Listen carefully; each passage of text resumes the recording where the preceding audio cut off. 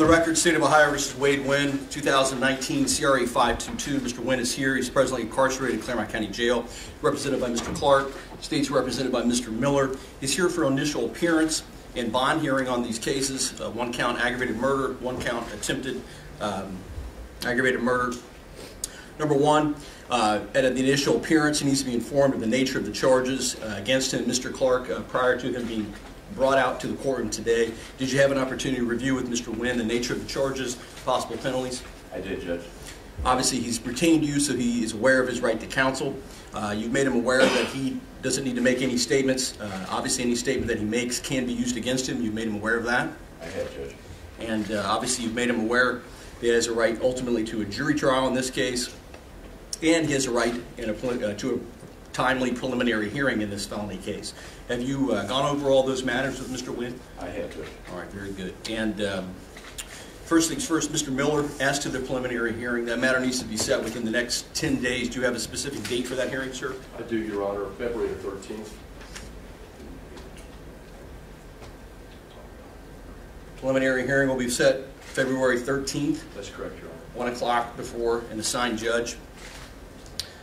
As to bond, Your Honor, given the nature of the offense and the facts I understand, I think I will not even address bond. okay. Mr. Miller, on behalf of the state, Mr. Heard as to bond. I do, Your Honor. Thank you. First, I would like to indicate, Your Honor, that this is a capital case. The state does intend on seeking the death penalty in this case, Your Honor. The defendant does have some misdemeanor convictions, to include a conviction for carrying a concealed weapon back in May of 2018.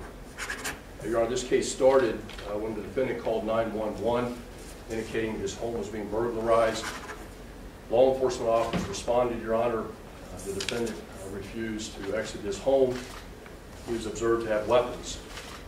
As a result, the Claremont County Special Response Team responded, set up a perimeter, and tried to convince the defendant to leave his apartment. At some point during the standoff, Your Honor, the defendant feigned a suicide. And because Deputy Bill Brewer and Lieutenant Nick DeRose are law enforcement officers and they've taken an oath to protect and serve, they entered the defendant's apartment in what they believed to be an effort to render aid and potentially save the defendant's life. But not only had the defendant not attempted suicide, he was waiting in ambush for the officers and the special response team. He fired multiple rounds through the wall in his apartment, murdering Deputy Bill Brewer and attempting to murder Lieutenant Nick DeRose. It was only hours later, after his apartment caught fire, that the defendant surrendered and was taken into custody without a single shot being fired by any law enforcement officers. Your Honor, this is a capital case. As a result, the state would ask there be no bond. Thank you. Thank you. As to a protection order for Lieutenant DeRose, have you discussed that matter? I know he's present today. Have you discussed that with him? I have, Your Honor. Lieutenant DeRose indicates he does not wish to have protection order issued.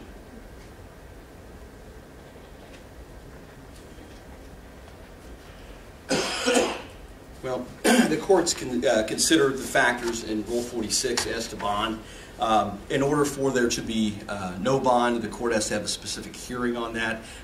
Given the gravity of the crime that's alleged here, the risk that he poses to the public, his prior criminal history, the court's going to set bond in the amount of $10 million, cash professional. The matter will be set for preliminary hearing at 1 o'clock on February 13th. Anything further, Mr. Miller, on behalf of the state? Nothing from the state, Your Honor. Mr. Clark, anything on behalf of Mr. Winn? Nothing. All right, the matter will be set. Give me the custody of the sheriff.